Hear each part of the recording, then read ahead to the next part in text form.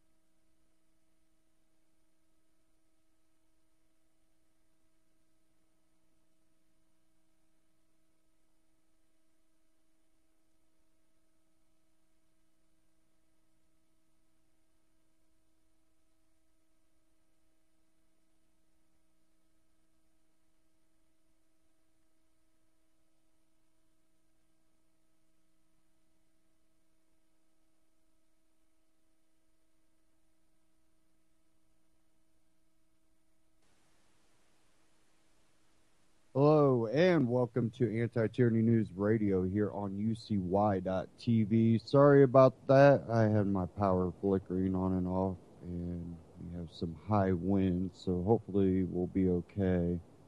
My battery backup will not keep up with everything for longer than like maybe 2 minutes. So we'll just go ahead and start to dive into some news here. Okay. Give me a second. I'm trying to get everything back up.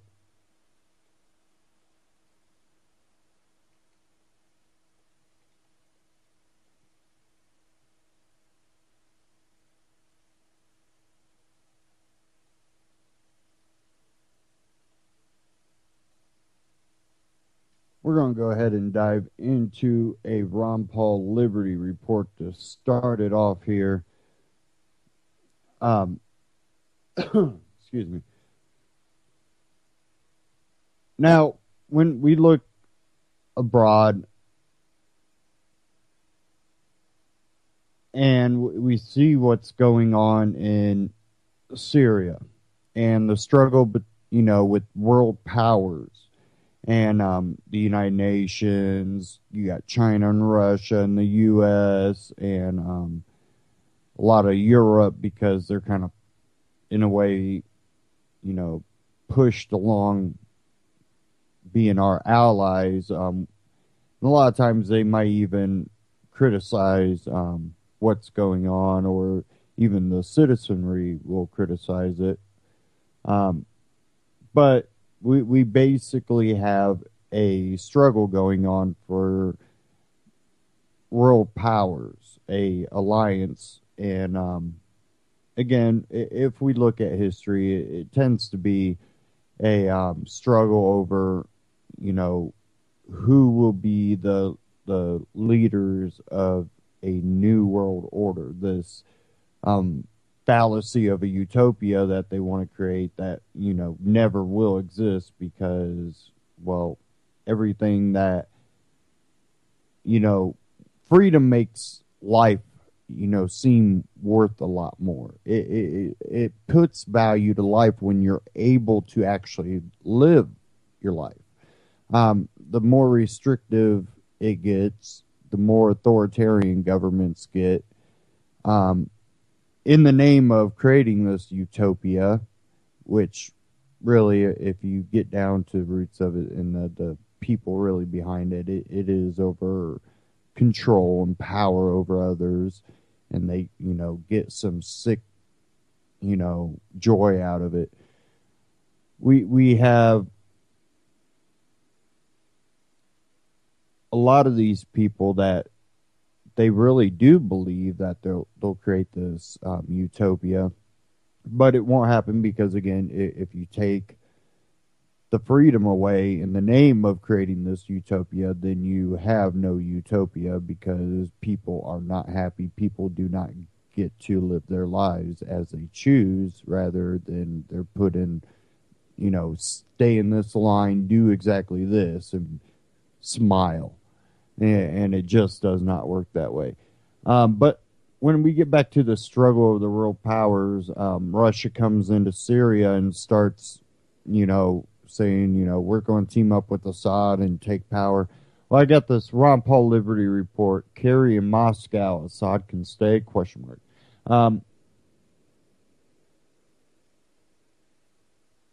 I don't think that the U.S. is going to give up. What they might do is pacify it, and then, another civil war will break out, and, we'll go down this road again, unless, the American people, the military, people just say, no, we're not doing it no more. And people, well, is that treason? I think it's treason when the person in charge is willing to put everybody at risk for creating this fallacy of a society that he wants. it's good to dream, but right now we do have to think of reality. And getting rid of Assad for this bigger plan is not productive. It doesn't make you safer. And really, when you look at Russia going in, they're putting themselves in the crosshairs. That's a choice that they'll make. And, how long will they end up being there? Will they become, will they be able to keep back all the rebels, stop a civil war? We see that foreign intervention only furthers hatred along, and the longer you're there, the more hatred you tend to create. Because, well, just like if Russia or China or Great Britain or France, any country was marching around here with their military, ordering people what to do, there would be a hatred that would grow out of that. And, you can work that down to the local level. When you start abridging people's freedom and their ability to live, it gets pretty depressing, and it creates a hatred. But let's go ahead and dive into this Ron Paul Liberty Report. This was from yesterday. Kerry in Moscow. Assad can stay.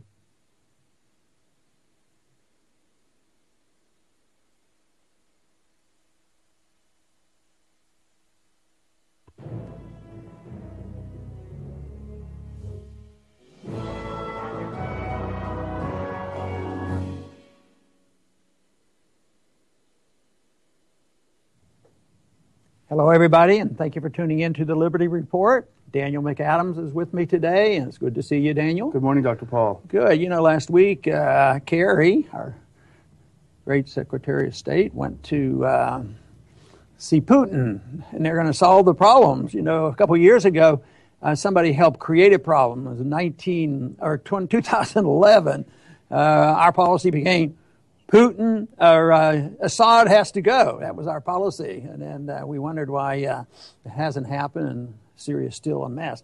But there's some headlines. We always advocate, diplomacy. Sometimes diplomacy seems to be ridiculous, and I can imagine, at times it would be.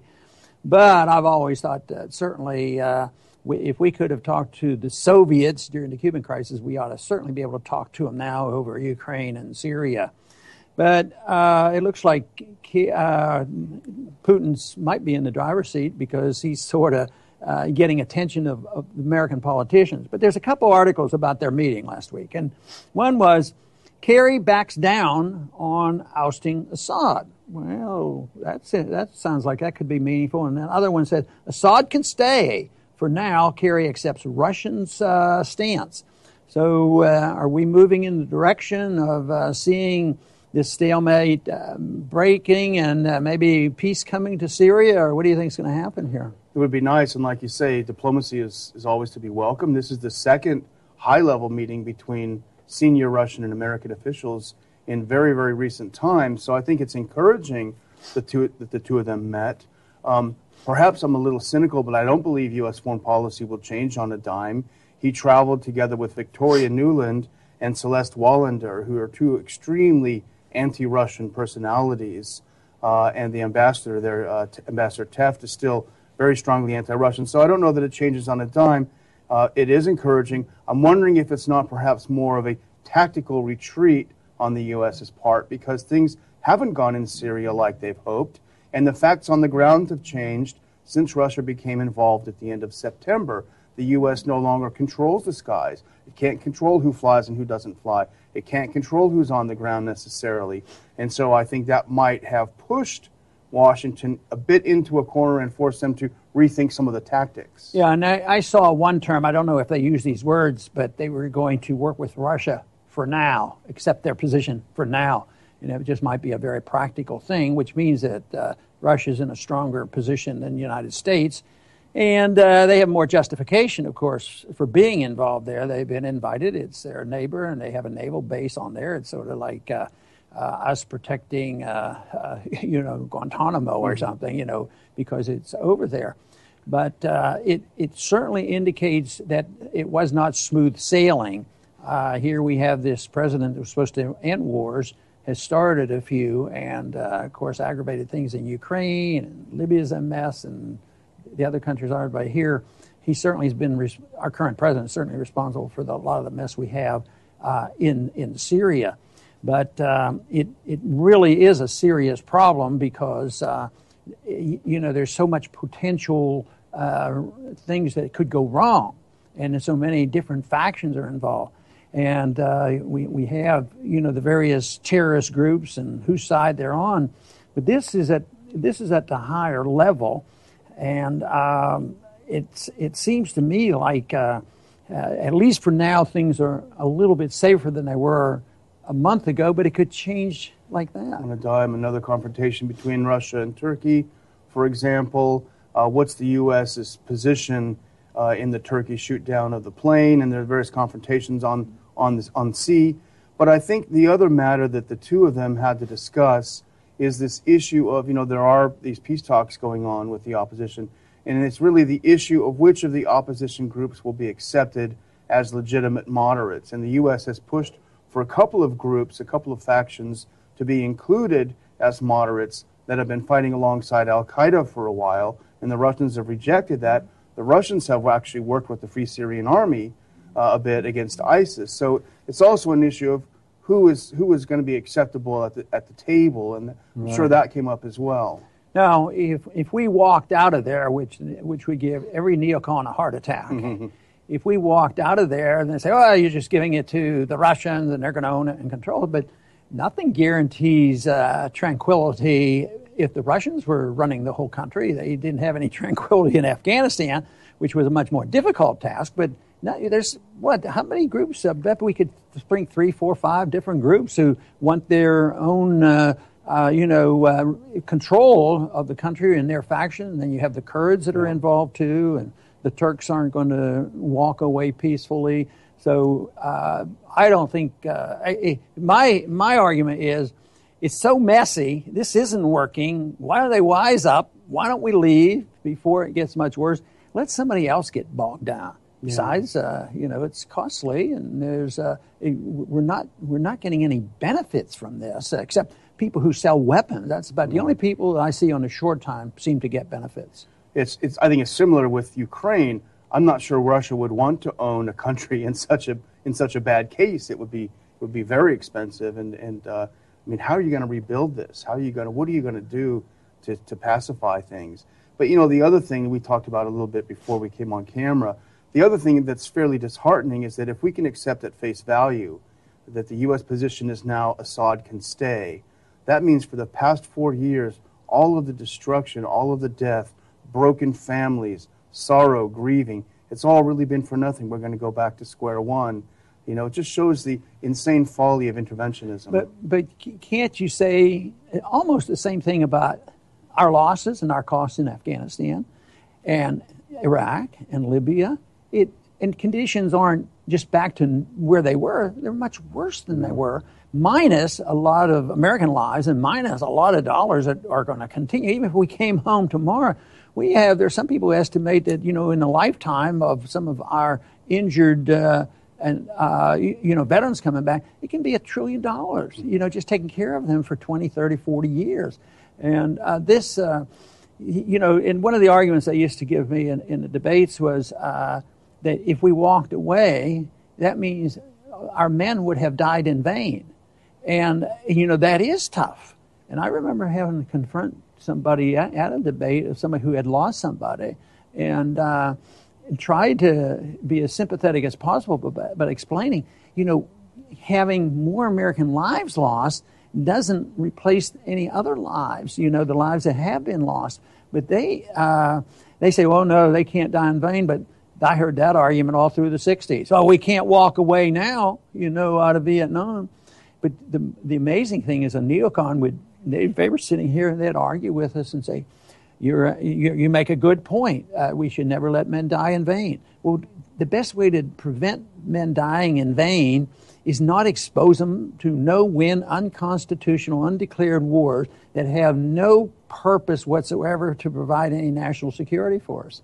Think of what a preposterous idea it is that the U.S. can go to a complex, incredibly complex society like in Syria, where you have, as you point out, so many factions, so many different religions and factions of religions, that we have the audacity to think that we can go there and sort the whole thing out, remake their whole society for them, hand it to them on a plate as a gift, and everything will be hunky-dory. It's just preposterous. And they just might have a society that is different than our society. I happen to still endorse elections, even though they're rigged so often. But there is something to be said about some of the countries of the world that, give them a pass on exactly what kind of government they have. I don't give them a pass on what kind of economic system they have or what kind of monetary policy they have or what kind of aggressive foreign policy they have. But, if you have,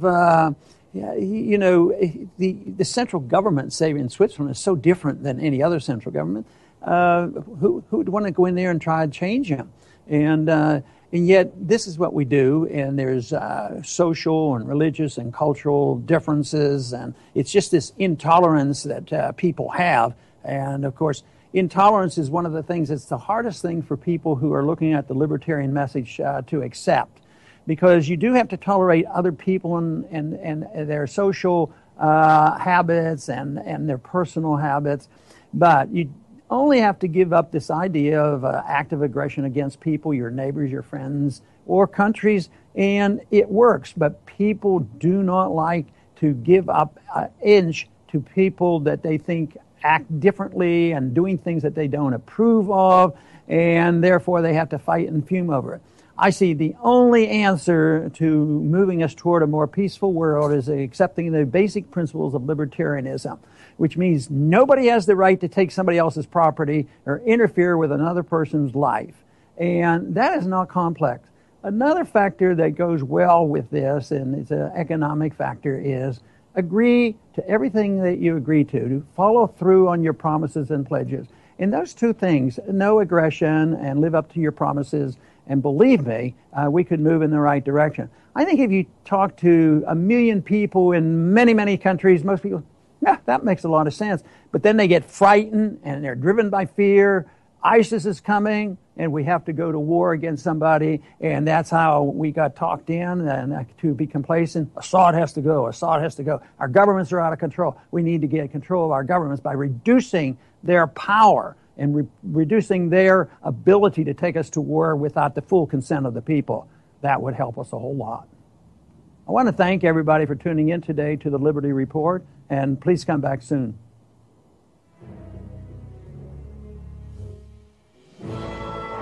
Ron Paul Liberty Report, Ron Paul Liberty Report on YouTube, and RonPaulLibertyReport.com. Go check them out, subscribe.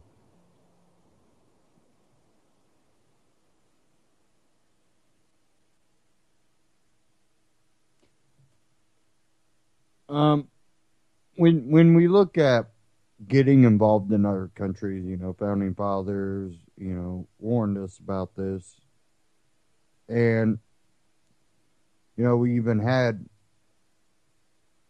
founding fathers that went against kind of their own belief system when they were pressured into it, when they got scared. And you'll find that. But I think we're digressing now to a point where, we have the youth coming up where it's okay to tell people, no, you don't have a First Amendment right because it offends us. Not realizing that they're going around offending people. Guess what? You're going to get a law passed that says you can't do what you're doing. Idiots. And, of course, the government's going to support it. Why would the government not support it? The government is there, and government will always tend to grasp for power. because of the people in the government. Power corrupts. Absolute power corrupts absolutely. And the more power they get, the more corrupt they get. And that's why you don't see a change no matter what party. You know, we talk about the one-party system. And the one-party system is a authoritarian system, a progressive system that's in both parties, that they will work together. And they do disagree on maybe philosophical beliefs of how we should get to that authoritarian government and this utopia that they plan to create. And it's a utopia for them, not for you. And it's still a fallacy. Unless they can get rid of enough people to silence the rest. Now, when you look at it, and the two-party system, really, other than, you know, beliefs of how we should get there, they have a same goal, and it's to gain power. That's why you're not going to see laws repealed that much. It takes one hell of an effort to get laws repealed. And the only reason laws seem to have been repealed in the past is when it starts affecting the politicians. But not until then.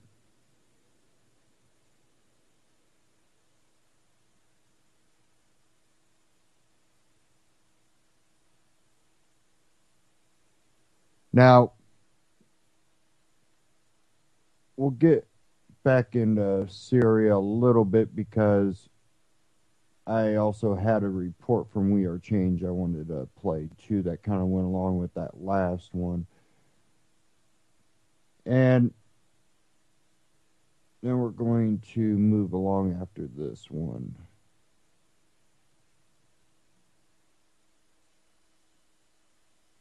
This is Ergodow. We are Change.org here in Miami, Florida, and there's a lot of breaking, important, developing news right now between the United States and Russia when it comes to their proxy war over Syria. It looks like right now the United States gave up their key geopolitical goal of getting rid of Bashar al-Assad, saying that he could stay. And of course, this is huge breaking news that has grave implications that you won't hear anywhere else. And we're going to tell you why this happened, how it happened, but most importantly, how you really shouldn't feel optimistic about this kind of pause in the proxy war between these two super world powers.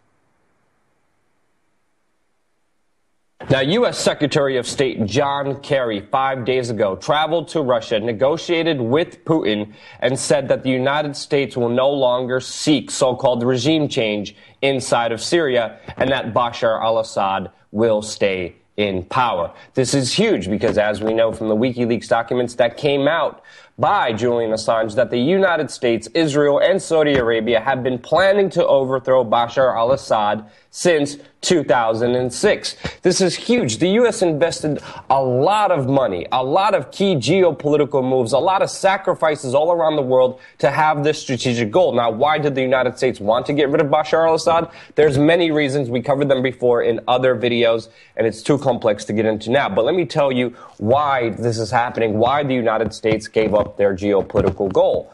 On October 28, 2015, 2 months ago, we made a video telling you how Russia will win this war in the Middle East against the United States because we detailed how Iraq and Jordan have switched alliances and are now joining Russia in the fight against ISIS, abandoning the United States. Why did Jordan and Russia leave the United States with their alliance to fight ISIS? Well, let's look at all the information that has been coming out. According to many sources, American pilots have been silenced over the fact when they were flying missions for over 13 months in Iraq and Syria against ISIS, and they were told specifically not to bomb oil convoys. Oil tanker convoys 4 lanes wide have been reported secretly, but not reported by the U.S. mainstream media, which is no surprise at all. And as we know, the illegal oil trade that ISIS has been conducting has been financing all of their operations. And that's why they have all this money and all this power to do all these horrible things to terrify the Western world like they have been so successfully. People on the ground within our own very military are saying how there's mysterious airdrops of supplies to ISIS and al-Nusra. And this is no surprise. In this video, on this channel before, we covered specifically how the Iraqi military is on the ground showing U.S. military equipment being dropped to ISIS. Then they conquered ISIS and showed the U.S. military equipment that's being airdropped. There's Iraqi commanders saying we had ISIS on the ropes. They were running out of ammunition, and then the United States came in and dropped ammunition to them. The United States was so headstrong with getting rid of Bashar al-Assad, they threw any kind of training, arms, munitions, heavy vehicles they could towards the rebels, and many of them ended up in the hands of ISIS, to the extent that ISIS leaders are even saying that they were funded by the Obama administration. And there's even more breaking news developing right now, with hackers hacking 3 ISIS Twitter accounts and tracing them back to the United Kingdom's very own government computers. And of course, Israel, our greatest ally in the Middle East, has not been helpful in any way, shape, or form. They actually just bombed today a Lebanese militant leader in Syria that was fighting against ISIS. And to make the situation worse, just 2 days ago, the United States coalition, their Air Force, took out an entire battalion of Iraqi troops. As Iraqi soldiers closed in on ISIS terrorists on the ground, a U.S. airstrike struck their column, killing approximately 20 Iraqi soldiers and injuring at least 30 more. And we wonder, why is Iraq not joining our global fight against ISIS? This is nothing new. This happened before. And just 2 weeks ago, as we reported to you, the United States also bombed Assad's forces inside of Syria. Assad is saying he will now shoot down any American aircraft because the United States is pretty much bombing anyone who's making any significant gains against ISIS while funding and training them. And if you've been paying attention geopolitically, this is a huge disaster that the United States is only fueling more by its disastrous foreign policy. And that's why John Kerry made those statements. But of course, with all these recent developments, especially with just the bombs dropping today on Iraqi soldiers as they were defeating ISIS, Putin and the Russian government are not naive to this in any way, shape, or form. And that's why Putin gave out a message today saying that he will use any extra forces against the terrorist group. He confirmed his army has not yet even employed all the capabilities inside of Syria to defeat ISIS. He's pretty much saying, we're going to do this on our own if we have to. Putin also praised his security forces today for stopping over 30 planned terrorist attacks and uncovering over 320 foreign spies in his country this year alone. Now, this could be another Red Scare, or this could actually show how real intelligence could actually stop real terrorists. We don't know. Russia and Putin are extremely unpredictable with their political moves, so both scenarios could be true. Putin is also building up his trump card and improving his nuclear capabilities and weapons as a deterrent and a security factor. He will continue nuclear armament, but he said he will not wield this as a big stick. Now, we know Putin uses nuclear weapons as the major trump card because he knows without nuclear weapons, in a full-out war, the United States and NATO would annihilate the Russian military. The only major trump card that the Russians have is nuclear weapons. He could see everything that's happening, and that's why he's bolstering up all the nuclear capabilities that he has within his country, which means more of the military-industrial complex, more weapons, more nukes that could utterly destroy this entire planet. The real winners, the military-industrial complex. Not you, not me, not the people of Russia, definitely not the people of Syria, and not all the money that we're spending, because the United States is answering back and also bolstering up their nuclear capabilities to utterly destroy everybody. But hey, at least for now, you have alternative media, which is actually winning against the mainstream media. In a new poll, 60% of Americans actually distrust the mainstream media, which shows we're making a significant gain here on YouTube while we could still speak to give you the truth, to give you the news that you can't get anywhere else, geopolitically breaking down what's happening in this world. And not Caitlyn Jenner and all this other, it doesn't matter. What matters is what's happening in the world. Fact check me. All the sources are going to be in the description below. And if you like what you saw, support us on Patreon. I want to thank all the beautiful, amazing people who are giving at least $1 a month and helping sustain real independent media, getting news where you can't get it anywhere else. You want to see us grow? Invest in us, and we will promise to be on the front lines of this information war. Thank you again so much for watching, and don't forget to subscribe. We're going to have a lot more important details coming your way here on youtube.com/wearechange.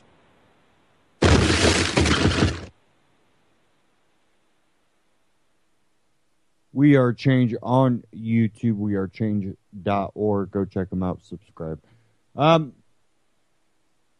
Now,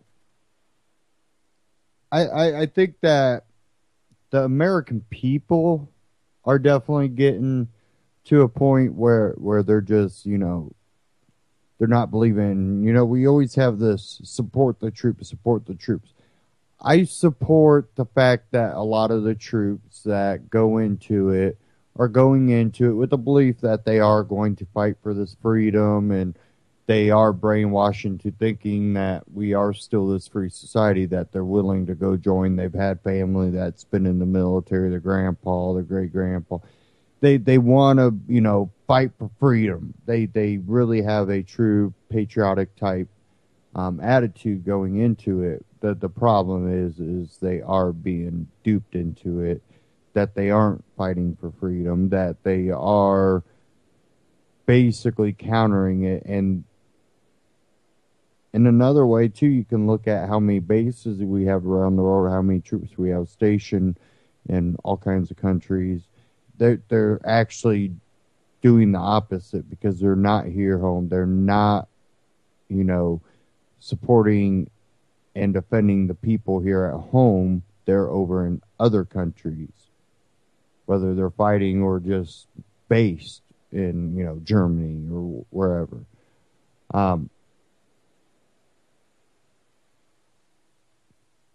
It also allows a disconnect unless their families are directly affected. They're not really seeing the true lack of freedom. If they see any type of protest, they're going, whatever. My family back home says everything's normal. Until they're affected by it, which that goes for a large portion of society. Unless you're affected by it, you might not believe it unless you can see it firsthand. But I think we're getting more and more towards that point where it is going to be seen firsthand by many people.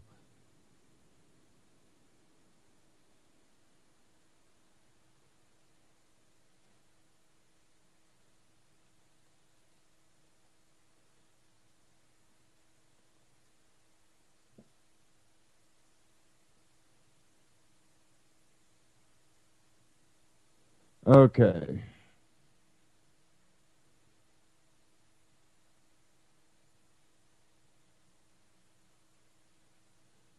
Get to this truth of media.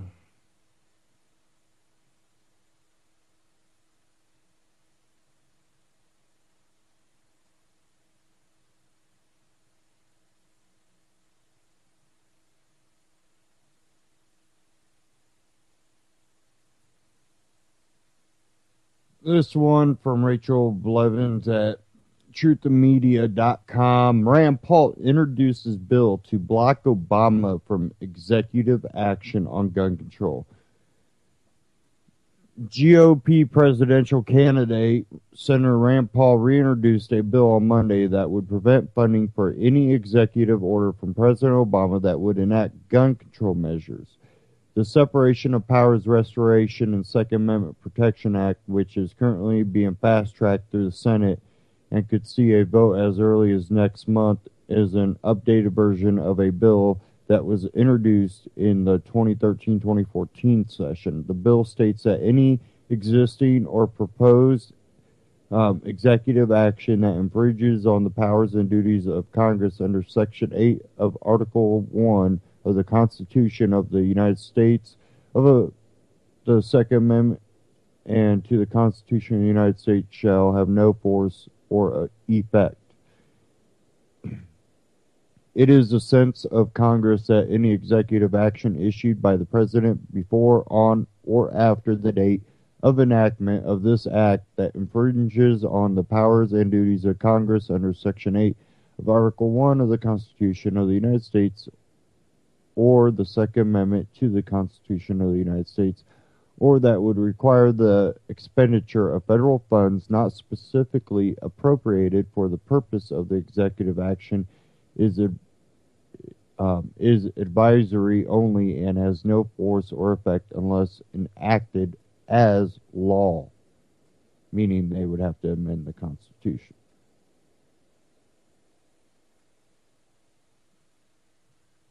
The bill would also give Americans the right to launch a civil lawsuit if they were affected by any executive action on gun control.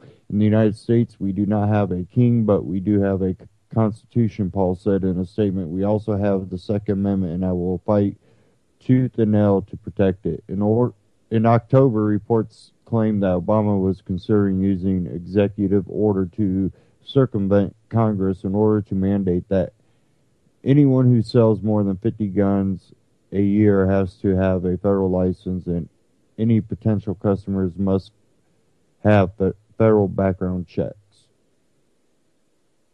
Again, you can get that at truthandmedia.com.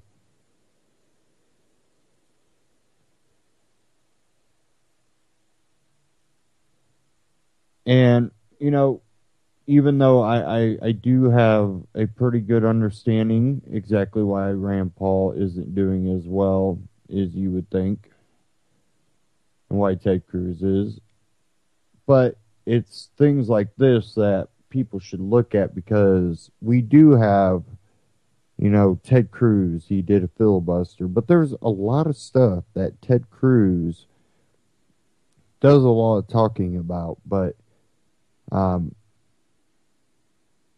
Rand Paul tends to make sure he makes the votes, and he really continues to introduce bills.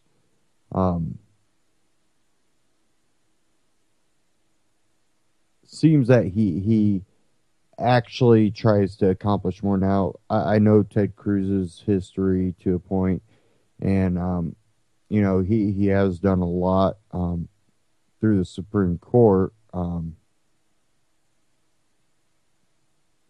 He's done a lot for Texas through the Supreme Court, but I just think that they should be a lot closer. But again, the polls don't really tell the whole truth. I definitely don't believe the polls that much.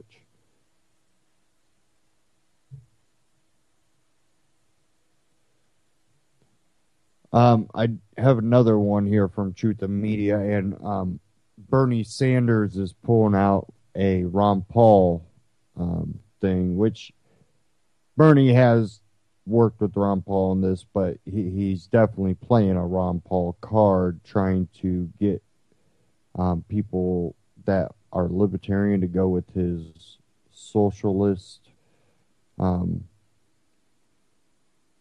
way of going about things. Bernie Sanders calls for a full independent audit of Federal Reserve. Well, yep, that should happen. Not going to make me vote for you, Sanders. Never.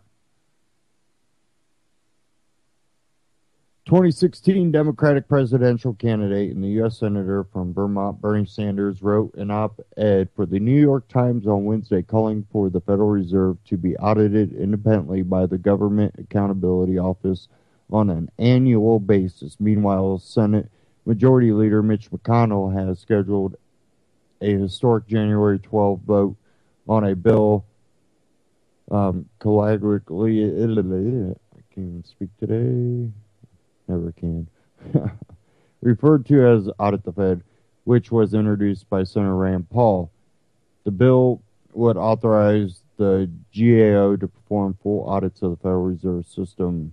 To rein in Wall Street, we should begin by reforming the Federal Reserve, which oversees financial institutions and which uses monetary policy to maintain price stability and full employment. Unfortunately, an institution that was created to serve all Americans has been hijacked by the very bankers it regulates, wrote Senator Sanders.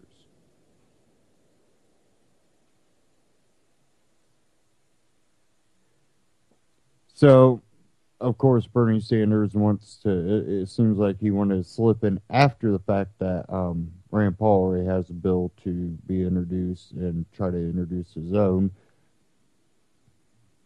Again, playing a more of a Ron Paul hand, I think, to deal with elections. He added, what went wrong at the Fed. The chief executives of some of the largest banks in America are allowed to serve on its boards. During the Wall Street crisis of 2007, Jamie Dimon, the chief executive and chairman of J.P. Morgan Chase, served on the New York Fed's board of directors while his bank received more than $390 billion in financial assistance from the Fed. Bernie, of course, they're a private-owned bank owned by the heads of J.P. Morgan, the Rockefellers, all these people own the bank. Of course, they're going to be on the.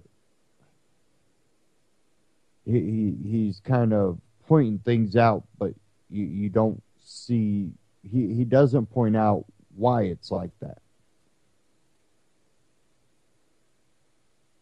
That government helped create that. Of course, Sanders called for a Glass-Steagall Act to be reinstated, a Depression-era banking regulation that created a wall of separation between consumers and investment banks prior to its repeal by former President Bill Clinton. He also suggested that the Fed should be prevented from providing incentives to encourage banks to sit on cash reserves. And you can read the rest there.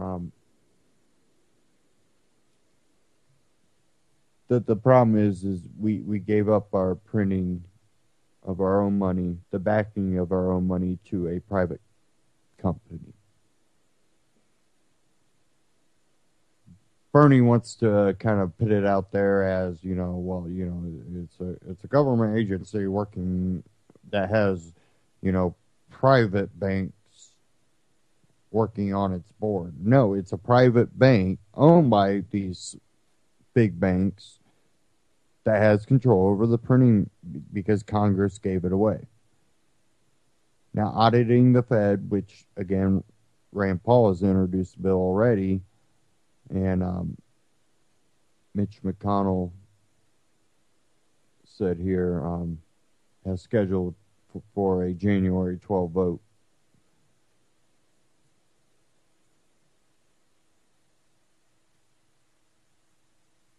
So,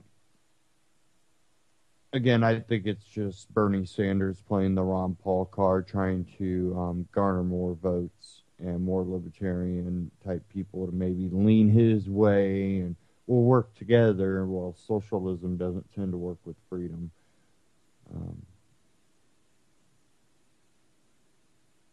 It just doesn't happen.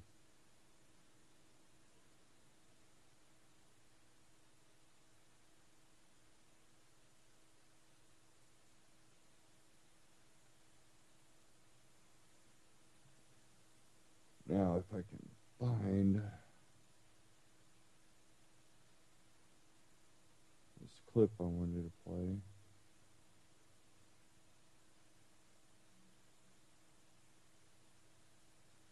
It was from Reason TV. Let me try to find it.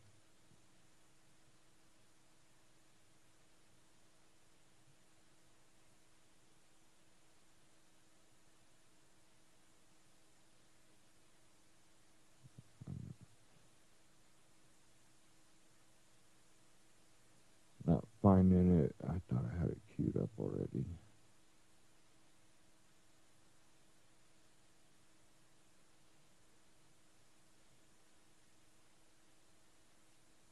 Okay, well, then we're just going to move along because I do have this up here.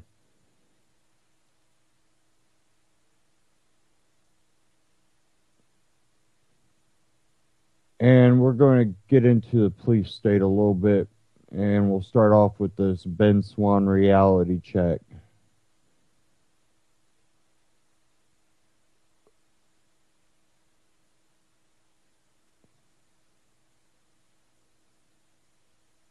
Here we go.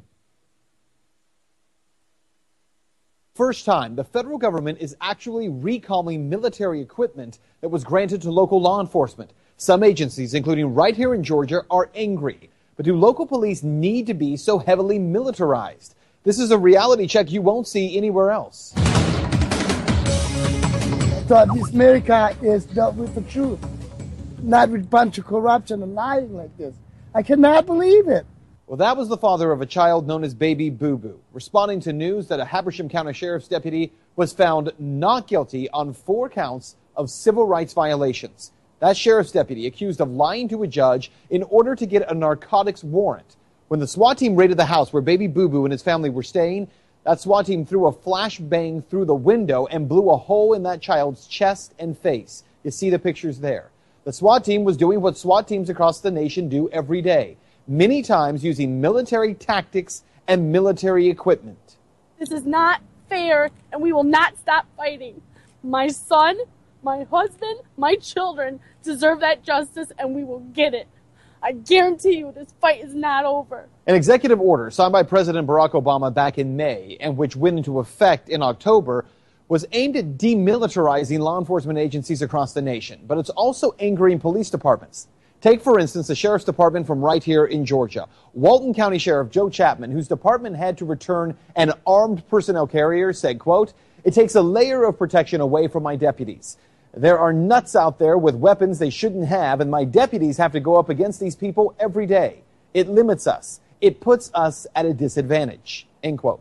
Well, other sheriffs are joining Chapman, angry at the crackdown on this military equipment. But the question must be asked. In a day when terror attacks on U.S. soil are a reality, is Washington tying the hands of law enforcement? Well, not quite. Under the Department of Defense 1033 program, billions of dollars in military equipment has already been granted to local law enforcement. Under this executive order, what is not going to be allowed anymore? Let's talk about that. 7 categories of items fall under the newly prohibited umbrella: tracked armored vehicles, weaponized aircraft, vessels, and vehicles of any kind, firearms of 50 caliber or higher, ammunition of 50 caliber or higher, grenade launchers, bayonets, and camouflage uniforms. Well, why any local police department would need a grenade launcher, that's beyond me, probably beyond some of you as well. But let's talk about those armored vehicles, because those are helpful in the event of a dangerous situation, are they not? Well, maybe so, but reality check here, rarely is any of this equipment ever used to combat terrorism. It is also not just kept off to the side until something truly dangerous happens. Because, in fact, the most common use of this equipment is by SWAT teams in order to serve narcotics warrants, usually with forced, unannounced entry into a home. These raids have become increasingly frequent, with as many as 40,000 drug raids occurring per year. So what you need to know is that while there is very good equipment that does come from the 1033 program, things like blankets or vests for officers, on these other issues, the question shouldn't just be asked, why would a police department need a grenade launcher? Though that's a good question. We also need to ask, what about the way police officers are being trained? Are they being trained as peace officers, or are they being trained like soldiers?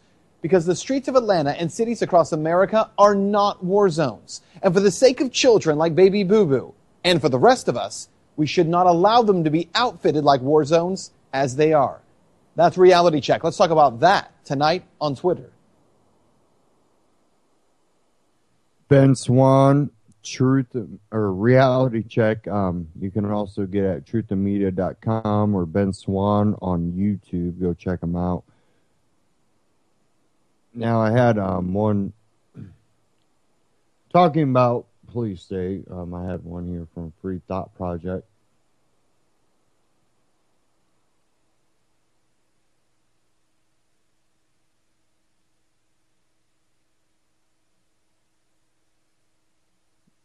If I can get it to pop up here.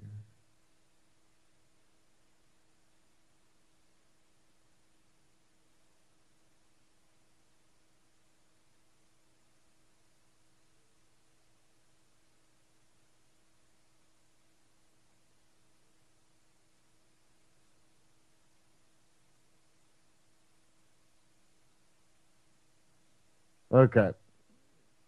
This one is cop charged with murder and manslaughter in 2 separate fatal shootings gets his job back. Now, you can't tell me just from, if that's true that, he was charged with these,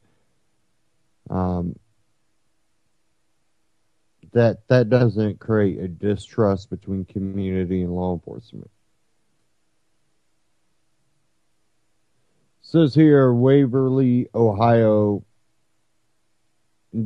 Indicted on 5 accounts, including felony murder and reckless homicide, Pike County Deputy Joel Jenkins was officially reinstated on Tuesday after a sheriff recently fired him for shooting his neighbor to death while drunk. Although the police union fought to reinstate the negligent deputy, the sheriff refuses to place him back on duty or issue him another paycheck. At 11:40 p.m. on December 3rd, Deputy Jenkins called the non-emergency line at the sheriff's office to report his neighbor, Jason Brady, 40, has been accidentally shot. Officers arrived to find Brady deceased with a bullet wound to the head. Clearly inebriated, Jenkins admitted to killing his neighbor while showing off a gun that he possibly received from Pike County prosecutor Rob Jump. Charged with involuntary manslaughter, Jenkins was arrested the next day, fired later that weekend. On December 10th, a special grand jury indicted Jenkins for reckless homicide, involuntary manslaughter, and tampering with evidence in the case of his neighbor's death. According to neighbors, Brady used to feed and walk Jenkins' police dog. Jenkins was also charged with felony murder and reckless homicide for the March 28th death of Robert Roker, 26. Officers began pursuing Roker for driving 52 miles an hour in a 45. After crashing his vehicle, Roker died after Jenkins reportedly shot him to death. Placed on paid administrative leave for his involvement in Roker's death, Jenkins was drunk and off duty when he immediately killed Brady a few months later. Even though Pike County Sheriff Charles Reeder fired Jenkins earlier this month, the police union representing the disgraced deputy fought to have Jenkins reinstated during a pre-disciplinary hearing on Tuesday. According to Catherine Broekman, executive director of the Fraternal Order of Police, Ohio Labor Council, Inc., Sheriff Reeder violated the union's contract when he fired Jenkins without due process. Although Reeder declared he has no intention of ever paying Jenkins again, Pike County labor consultant Bob Cross stated, "We may owe the gentleman a few days' pay." Determined to fire Jenkins again, Reeder believes the union is merely attempting to preserve some pay for the fallen deputy, but Reeder announced he will never work in this department again. Before joining the Pike County Sheriff's Office in 2012, Jenkins had briefly been a deputy in Fayette County. According to Fayette County Sheriff Berman Stanford, Jenkins had been reprimanded for driving his cruiser into an elderly man at a crosswalk. And we have a police union that thinks it's okay to fight for this guy. And you wonder why people like me don't care for unions. It's not that we don't care that people fight for, a right pay. We don't want people busting their butt for slave labor. We're not China. But it tends not to be that way. It basically tends to prop up the lazy people, the irresponsible people. And a lot of times, I know some people that have worked in unions. Occasionally, you'll just have the one guy that, well, he's just a hard worker no matter what. But then a lot of times you'll get the ones that are, have previously been hard workers, get into it, and it's almost like they get a little bit lazier.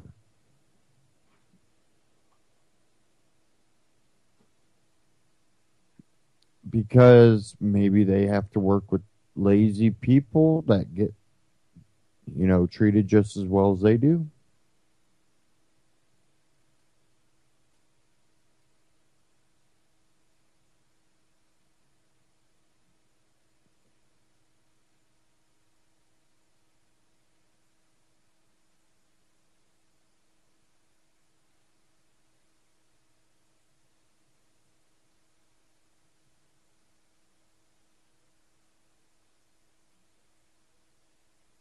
I wanted to find this clip. I probably won't find it here.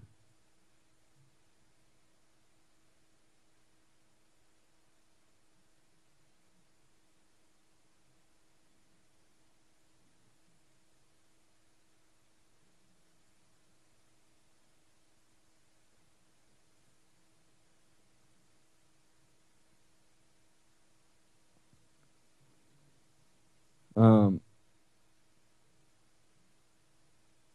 find it.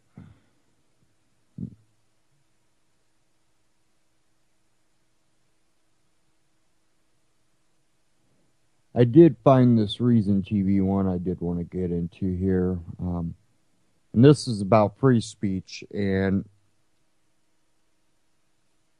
the more militarized our police get, you see the more that they don't think that you have a right to free speech. And it's always been that way to a point. You tell a cop, screw you, or yell something at them.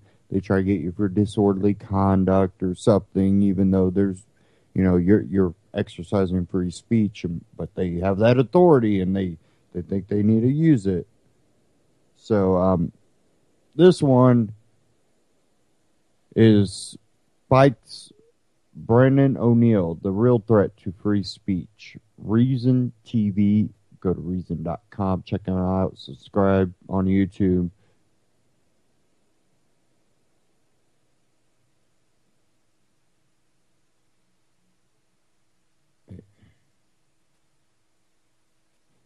Here we go.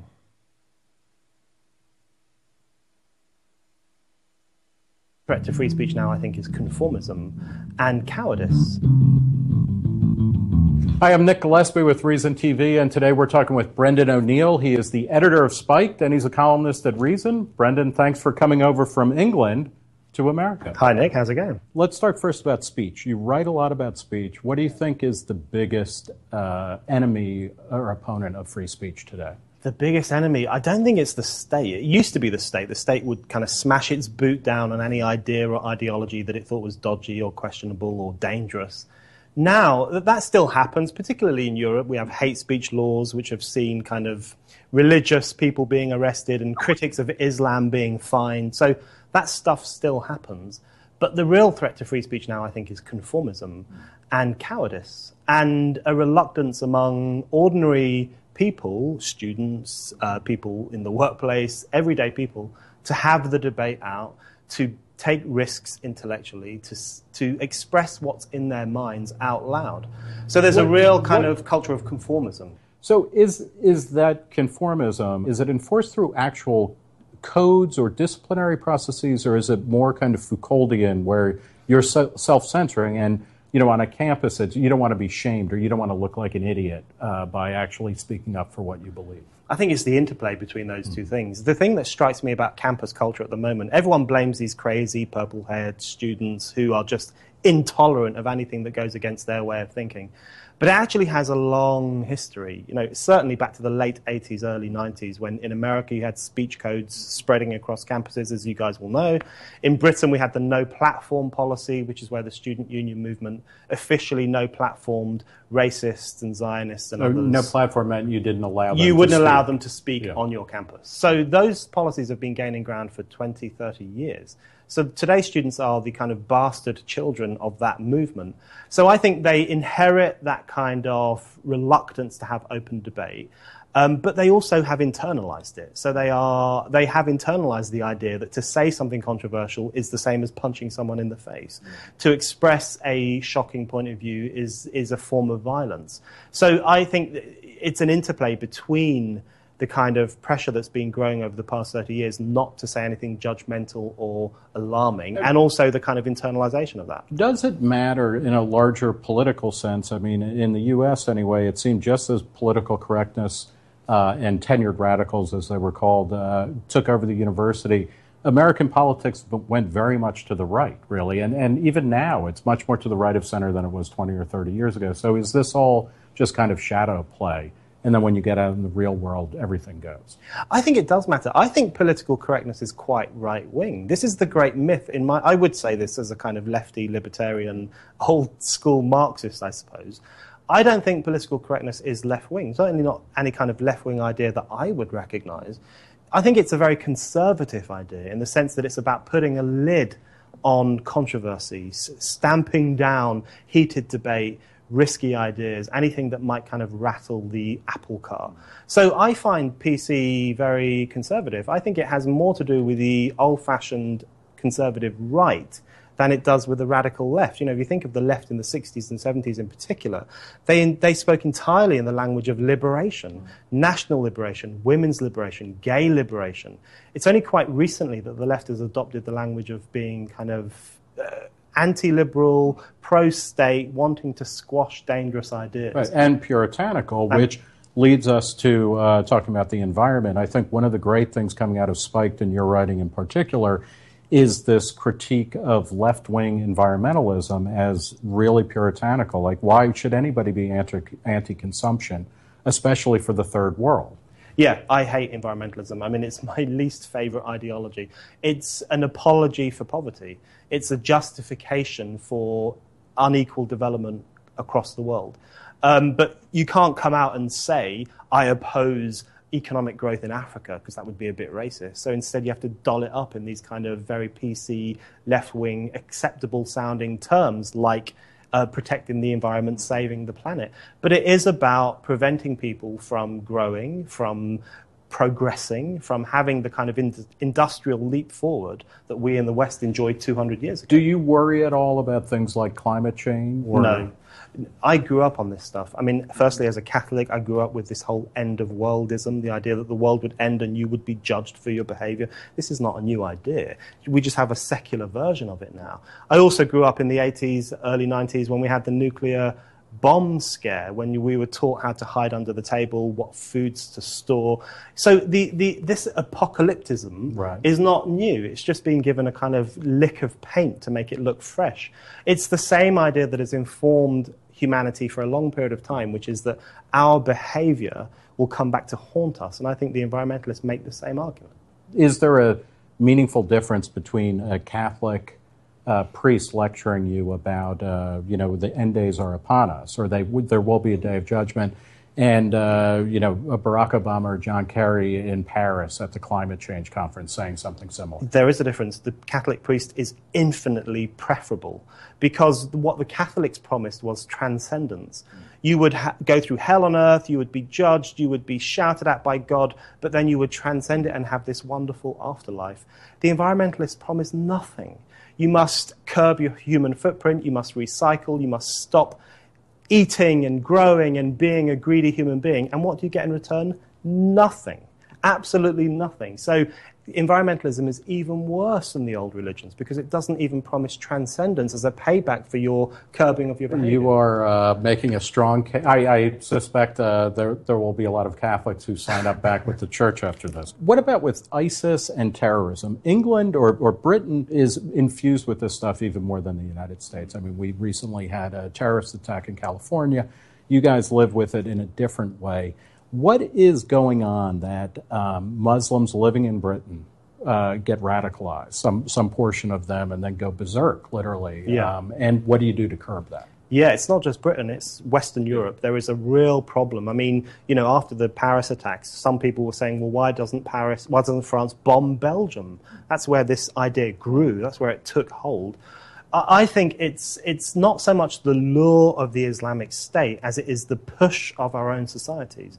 Western European societies have lost any sense of how to socialize the next generation, inspire them, make them feel part of a liberal, democratic, enlightened Western project. But now everybody in Europe, though, will say, no, we're doing that. We're letting them maintain their lifestyle that they left. We're fining people or throwing people in jail who say bad things about Islam. Why is that the wrong way to go about kind of creating a new society that's inclusive? That is beyond the wrong way to go about it, because what that does, the punishment of Islamophobia in particular, the clamping down on anyone who criticizes Islam, that actually fuels the victim mentality among some young radical Muslims who think that the West is out to get them, their own society hates them. I mean, think about the Charlie Hebdo massacre. Everyone was thinking, oh, this is some foreign attack in France. But actually, I think it was a very French attack. This is a country in which it's actually against the law, potentially, to criticize Islam, or particularly Muslims.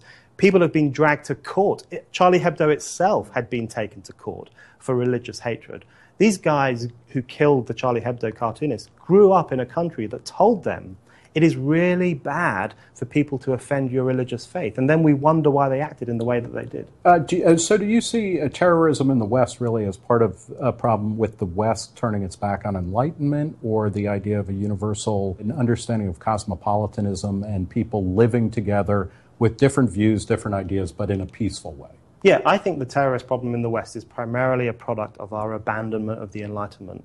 I think the Charlie Hebdo massacre, that was the armed wing of political correctness. These are products of a society that has abandoned the idea of freedom of speech, abandoned the idea of democracy, abandoned the idea of real, robust debate, and tough luck if it harms your feelings. And in that climate, you give rise to new groups who are super sensitive, who think everything that goes against their way of life should be crushed. Now, it might express itself peacefully on campus, where they want to safe space people out of existence. But among some groups, it expresses itself far more violently. How do you change that dynamic, not just in terms of religious speech and Islam, but more broadly? How does the West kind of re-embrace an Enlightenment ideal of progress and of tolerance and pluralism without it becoming a kind of horror show of enforced, an enforced march towards progress with a capital P? Well, that's the million-dollar question, and I think at the moment we're getting it wrong. I mean, if you look at France again, they've banned the burqa as a kind of attempt to defend French Republican values. But in fact, what they're doing is undermining liberty and freedom of choice and the right of women to dress as they please. So in the very process of trying to enforce Enlightenment values, they actually undercut them. And that's happening across Western Europe at the moment. The only way our leaders seem capable of enforcing Enlightenment values is in a very clumsy, cack-handed way. And in fact, the whole idea of enforcing Enlightenment values is a contradiction in terms. We need to enthuse people about them. We need to stand up for them more robustly. We need to argue for them in free, open debate rather than silencing or imprisoning the enemies of Enlightenment. You've described yourself in the past as a kind of libertarian Marxist or a Marxist libertarian. What does that mean? What's the Marxist and what's the libertarian part? It's kind of, I usually say it just to wind people up because it seems like a contradiction in terms, but that's because people haven't read any original Marx or Engels, the early stuff. You know, I'm like people with rock bands, they say like I prefer the early stuff. I'm the same with Marxism. If you read that early stuff, it's all about liberating humanity from poverty and from state diktat and allowing them to have as free a life as possible. My rallying cry is Trotsky's rallying cry. He said we have to increase the power of man over nature and decrease the power of man over man. I would challenge anyone to find a better description of progressive politics than that. And that is Spike's rallying cry. We want to increase the power of man over nature and decrease the power of man over man. Yeah. So talk a little bit about Spike. How did it come about, and what's its kind of mission statement? Spiked is about 15 years old. We grew out of a magazine called Living Marxism, which was shut down in a notorious libel trial in London in the late 1990s. Spike's mission is really just to inject some progressive Enlightenment values into public debate in Europe and across the world. And yet, what's interesting is that in England it might be progressive values. Over here it's almost always seen as libertarian. Yeah. And what do you think explains the idea, and I guess it's similar to the way that being a liberal here is different than being a liberal in Europe, but your vision of progressivism is really kind of libertarian in an American context. Yeah, well, there's a real conflict of terminology across the pond. I think that the real way to measure someone's moral worth these days, which is a terrible thing to say, is what is their point of view on freedom? Where do they stand on liberty? Because that tells you what people think about humanity itself. Do they trust people to have the freedom to say and hear everything and to make up their minds for themselves about the moral value of those ideas? Or do they not trust them and instead think that the state or some other body should control what we can say, hear, and do? That's the dividing line now. It's no longer left and right. It's no longer are you free market or anti-free market.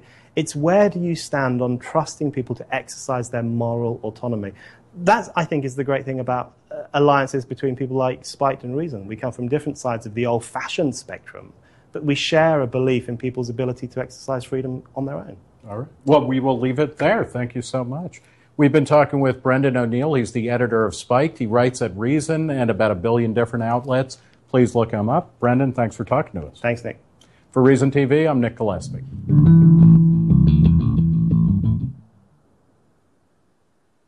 Go check out Reason TV on YouTube, reason.com. Go check them out. They always have really, really good interviews. And, again, he talks about, being progressive ideas, but over here we call it libertarian. It's because we look at the philosophy, the libertarian philosophy over here being more conductive to, or more in line with the founding of the country, being more libertarian than where we are today. And for them, it's still a more progressive idea because they came out of kings and queens, and the people actually having freedom has not came to fruition, because you look at Europe and how they've been taking people's guns. And, again, that goes back to UN.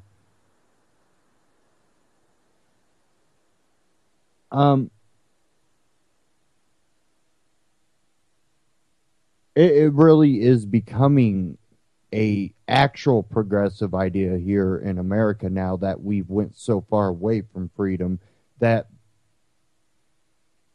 to think beyond government, it's becoming a progressive idea. And really it is, because it is progress to have more freedom. We are becoming less progressive in the name of being progressives. We know what government control does to societies. We've seen it in multiple types of cultures and multiple types of evolutions of man. And it doesn't benefit the people. It benefits those that are in charge.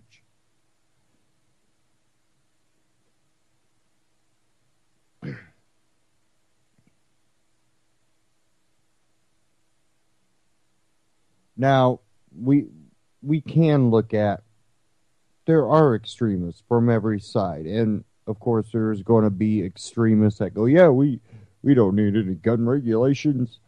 Well, we don't, because guess what? Those extremists can still get guns, no matter what laws you put in place. But what laws will do is prevent the everyday person from legally being able to possess a firearm.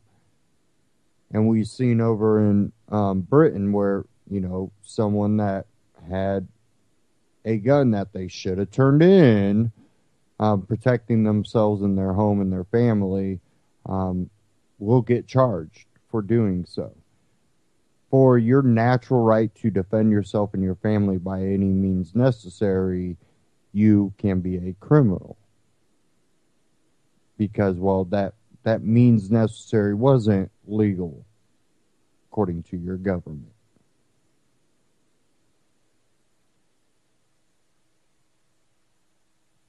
Now, I don't know if anybody's seen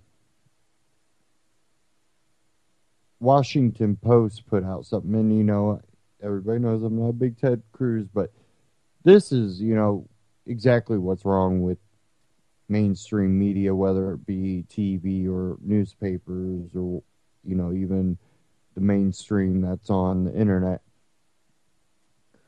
Washington Post put out this cartoon, and it had Ted Cruz dressed like Santa, portraying his two daughters as monkeys. Truth in Media here just posted Washington Post pulls cartoon portraying Ted Cruz's daughters as monkeys. Says the Washington Post retracted a cartoon illustrating GOP presidential candidate Ted Cruz using his children as political props on Tuesday after it received backlash for depicting Cruz's daughters as monkeys. Cruz criticized the cartoon on Twitter, saying that the Washington Post should stick to attacking him because his daughters, 7-year-old Caroline and 4-year-old Catherine, are out of your league. Classy Washington Post. Makes fun of my girls. Stick with attacking me. Caroline and Catherine are out of your league. The cartoon was made by Pulitzer Prize winning, there's one problem right there, editorial cartoonist Anne Telenase, who took to Twitter to defend her work, insisting that because Cruz has put his children in a political ad, the public should not start screaming when editorial cartoonists draw them as well. Ted Cruz has put his children in a political ad. Don't start screaming when editorial cartoonists draw them as well. The cartoon, which was titled Ted Cruz Uses Kids as Political Props, was replaced with a note from Fred Hyatt, the Post editorial page editor. It's generally been the policy of our editorial section to leave children out of it.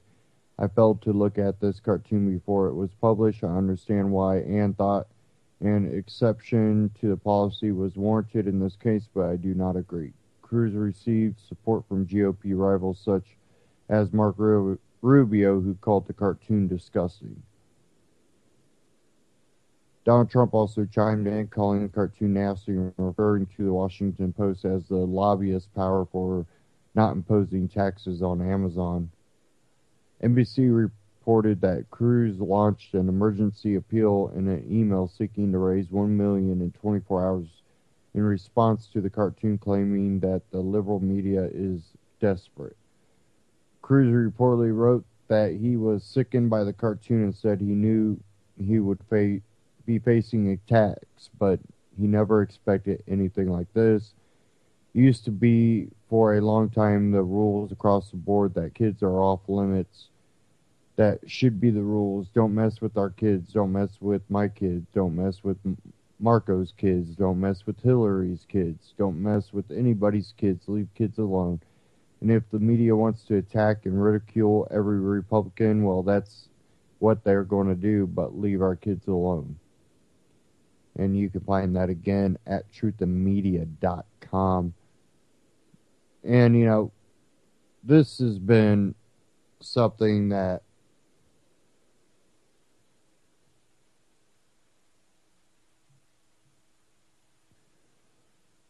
it's gotten to a point where we look at the attacks on all of these people, and it's just BS. It's a puppet show. And then when you start bringing kids in it just shows how disgusting it gets, and we never really get any true substance out of any of it. The attacking, the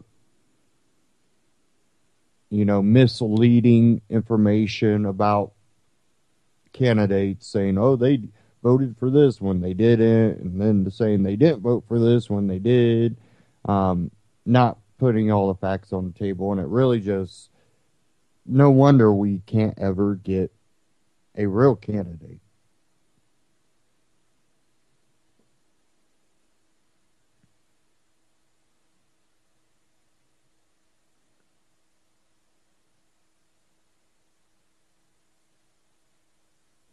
Sorry,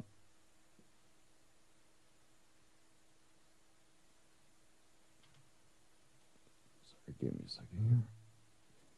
When we look at a lot of the politicians that we get in office, whether they're Republican or Democrat, our domestic issues usually become almost like a sideline thing. And when we look at it, it's so bad that we pay so much attention to foreign affairs because we are so involved in other countries that we can even have the discussions about liberty because they keep us interfighting so much at home that only thing we can agree on is when everybody fears someone that's not here. And the politicians play on that. That's why you have, whether it be Bush or Obama, were involved in the Middle East. Because they understand that.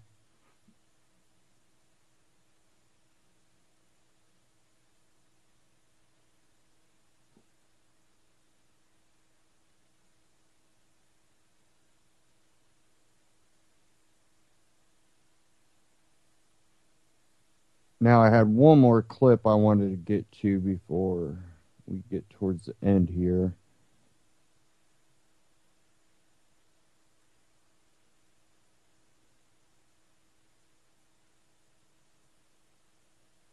And this is 3 facts that you will not hear at the GOP debates. And this was posted by We Are Change. Now, this one is from December 15th. So we'll go ahead and cue this up here. This is Orgadowski of We Are Change that are here at the 2016 presidential debates in Las Vegas. What you're looking at right now is the cyst on America. You are looking at the root of the problem. Men and women who are a part of the mainstream media who never do their job.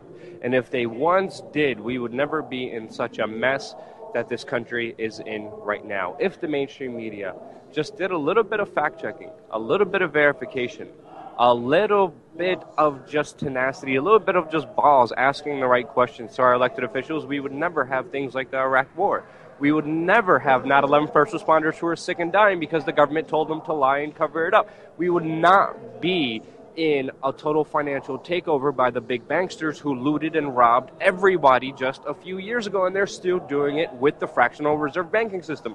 The root of the problem is behind me, and that's why I wanted to make this very important video talking about 3 important things that are not going to be mentioned by the mainstream media here at the GOP debates. Now, obviously, we're watching the debates unfold right now. We're watching the early debates between Rick Santorum, Pataki, Graham, and Huckabee. There's major errors being made by these men that the mainstream media won't fix. Number 1, they are calling for bulk NSA data collection.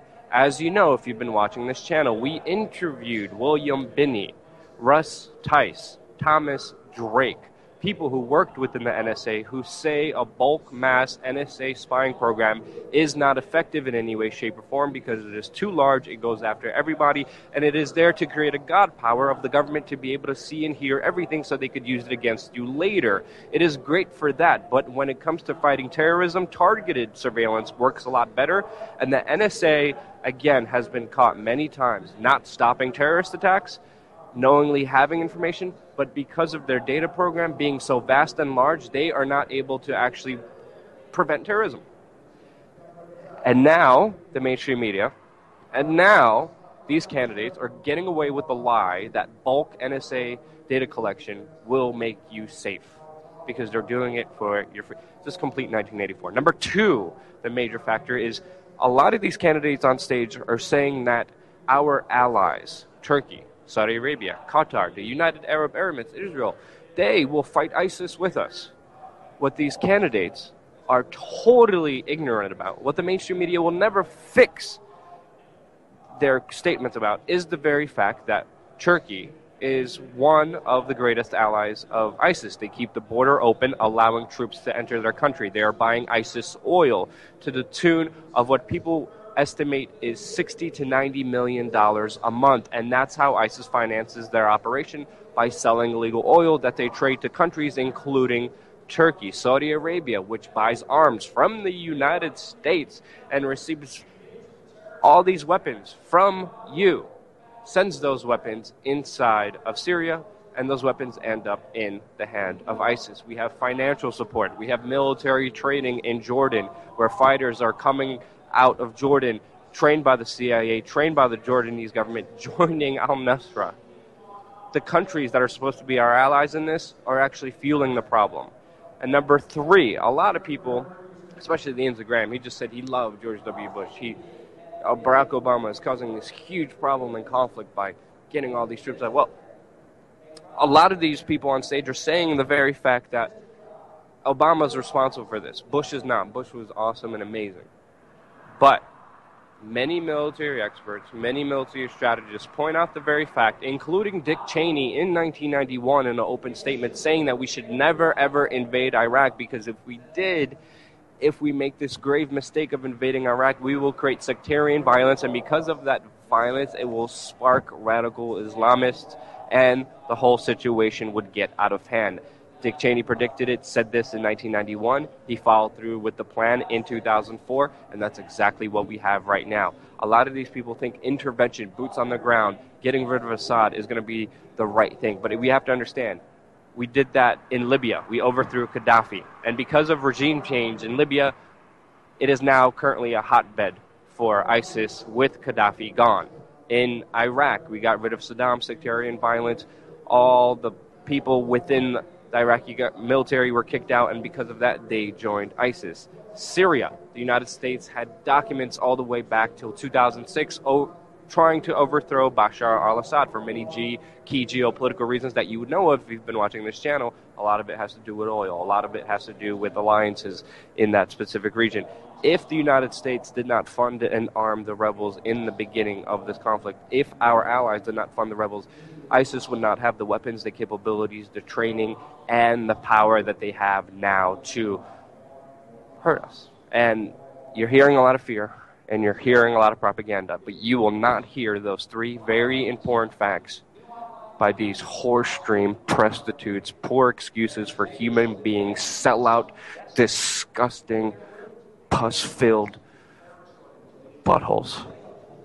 Hope you enjoyed this video. If you did, subscribe, share it with your friends. We're going to have a lot more content coming here your way on youtube.com/WeAreChange. Thank you for all the people who are donating through Patreon. The link is below, who are making this broadcast possible. I love you guys. Thank you so much. And spread the truth. Get those three important facts that you won't hear from the mainstream media and the debates out to your friends and family. Thank you. We Are Change on YouTube. Go subscribe. We Are Change. Excuse me. WeAreChange.org. We Are Change on YouTube. Now, we have the next debates coming. Well, we'll have the next Republican debates coming up, and they're saying that they're only going to have the top 6. Now, people have been wondering, is Rand Paul going to be in that debate? Well, Rand Paul's come out and said that, he's not going to allow them to put him in the second-tier debates. He's, if they want an actual challenge to Donald Trump, that he must remain. And the polls don't matter because look at how Carson's fallen. Cruz has gone up, and Rand Paul has gone up in the polls too, in certain polls. So we're going to see how that plays out.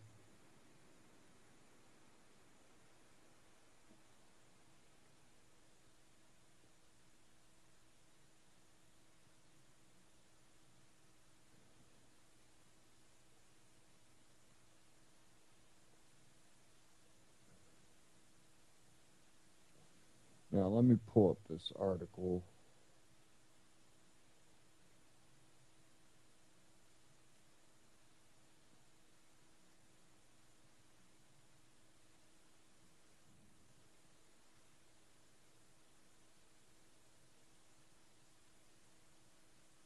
Now, we've had a movie actor come out saying he is a hardcore libertarian. Kurt Russell, this out at Infowars.com. Kurt Russell, I am a hardcore libertarian.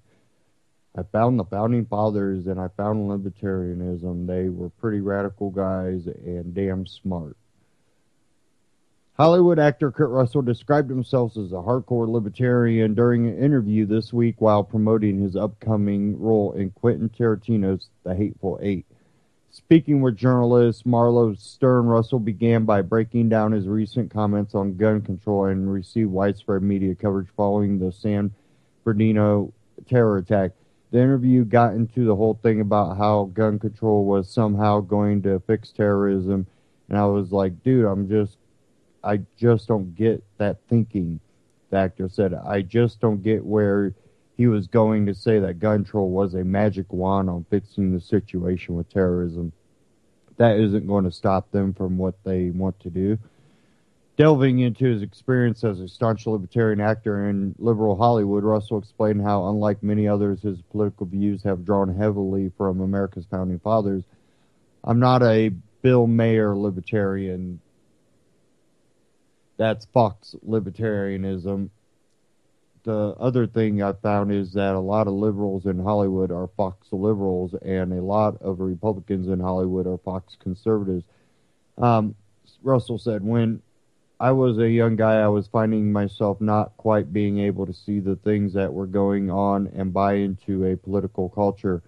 I didn't know what to do, so I finally said, why don't I go back and see what the Founding Fathers were all about and see how that stacked up? Well, I found them, and I found libertarianism, he added. They were pretty radical guys and damn smart, and I just believe that old-time stuff and think they had great ideas. Russell said his political stance was finally cemented several years later after attending an event for the 20th anniversary of the Cato Institute, a leading American libertarian think tank. Years later, I had the wonderful opportunity to go to the Cato Institute's 20th anniversary and spend some real time with some amazing people the actor revealed. I met some great people there, and they cemented it for me. I felt, guess what, there was a place where I can have a conversation, not be laughed at or smirked at.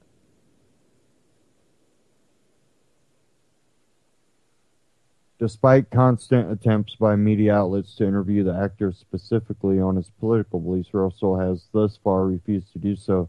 They're trying to constantly get me to go on these shows and whatnot, and you only end up promoting their shows, and I don't want to go on those shows and have someone think that the last thing I want to do is watch Kurt Russell talk about crap shit that I don't think he knows anything about, he said. In closing on the topic, Russell reiterated his belief in pure Americana, not the current political system. I believe in limited constitutional government, free market capitalism, reach for the brass ring, he added. There's this place where you can go do that and don't step on anybody's toes and still try to reach for the brass ring.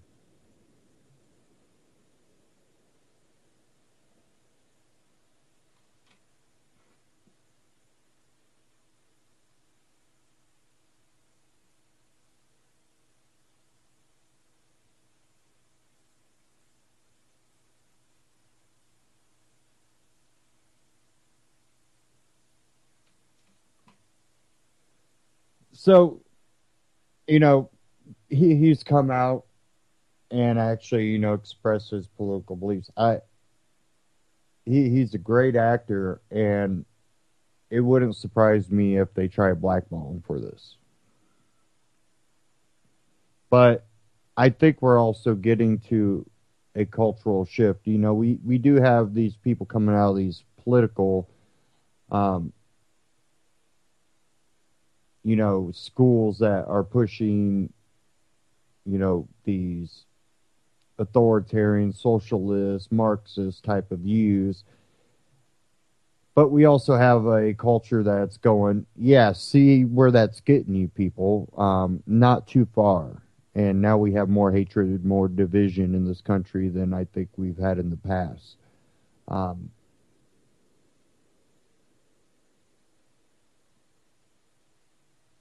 I think the libertarian idea is going to start resonating more and more the farther we get away from it.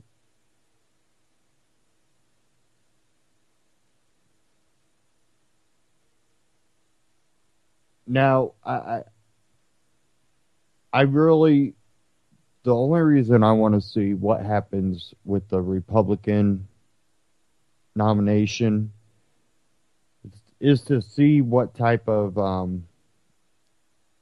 control mechanisms maybe or other things that might pop up. And if they allow Trump to get the nomination, is he going to play their game or is he going to play his own? And is that going to be a form of fascism? Which I think it could very likely be.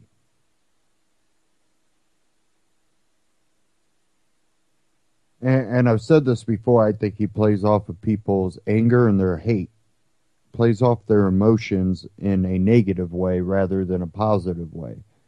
And that doesn't mean everything he says is wrong.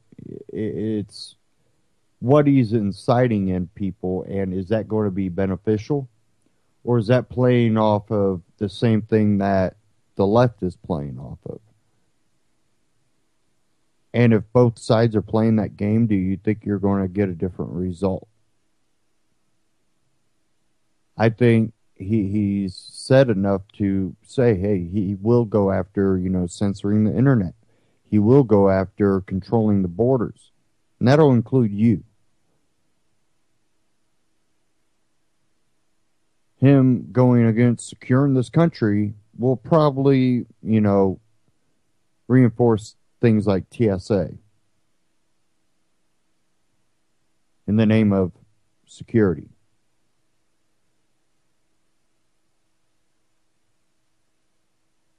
And I think that's where the biggest problems come from. And, will he also inspire more hatred?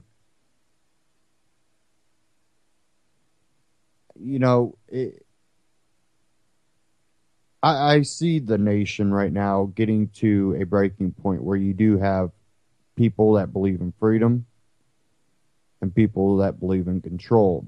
Now, I think the freedom, the true freedom thinkers are a little bit smaller of a group than maybe people that call themselves freedom type people. Because you'll see a lot of people going, we want more freedom. Control our borders, keep us safe from all these people. Well, that's not freedom. You keep yourself safe.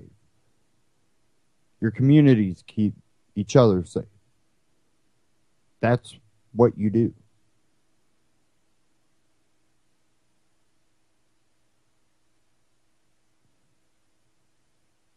I do want to thank everybody for tuning in before we get to the end of the broadcast here. UCY has given me and other hosts here a great platform to get information out, to spread the message of freedom, to give you information that the mainstream media will not talk about. They absolutely dance around issues that truly affect you and me. And we try to give you that information, this show and other shows here on the UCY Broadcasting Network. And it's really imperative for your support in doing this, whether it be spreading, links to the shows here, spreading some of the information we share. But one thing you can also do is directly support UCY. You can go to ucy.tv, and there's a UCY support tab there on the top. And if you click that, you can donate. And that goes directly to the network, and it helps keep this platform up and running so we can spread this information and the message of freedom. You can also scroll down to the bottom. There's an Amazon tab down towards the bottom. Click on that. That'll take you to UCY's Amazon store, where you get the same great prices, same great shipping rates. And at the same time, you're also letting UCY know that you support them while they get a kickback from Amazon. And, UCY took the time out to create a store where you have great camping, prepping gear, radiation preparation, and really all the things that you need to try to prepare yourself for any type of environmental, issue, any type of civil unrest or collapse of our financial system. Take the time to prepare and prepare your family. And you can do that at the UCY Amazon store on ucy.tv. Scroll down towards the bottom. You'll see the Amazon button.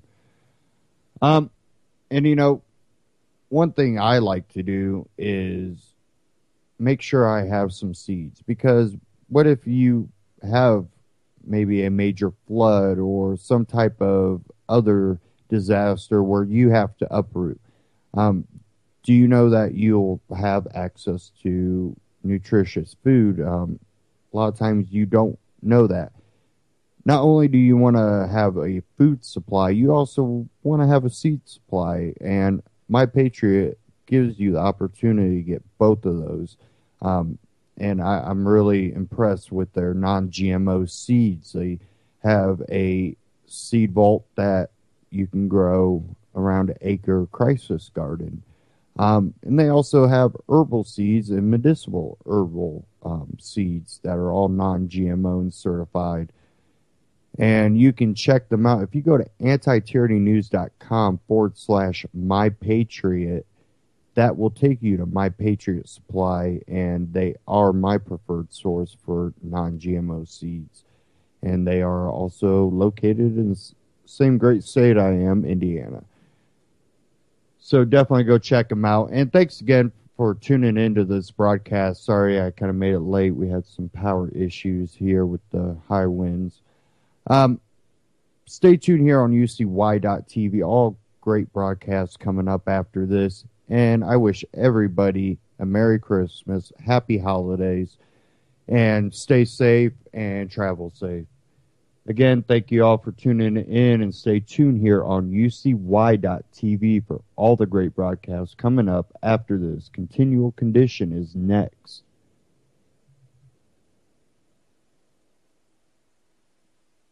And maybe the music might be a little late, or I'm a little early. Don't forget UCY.TV, UCY support tab. Thanks again. Catch you next time.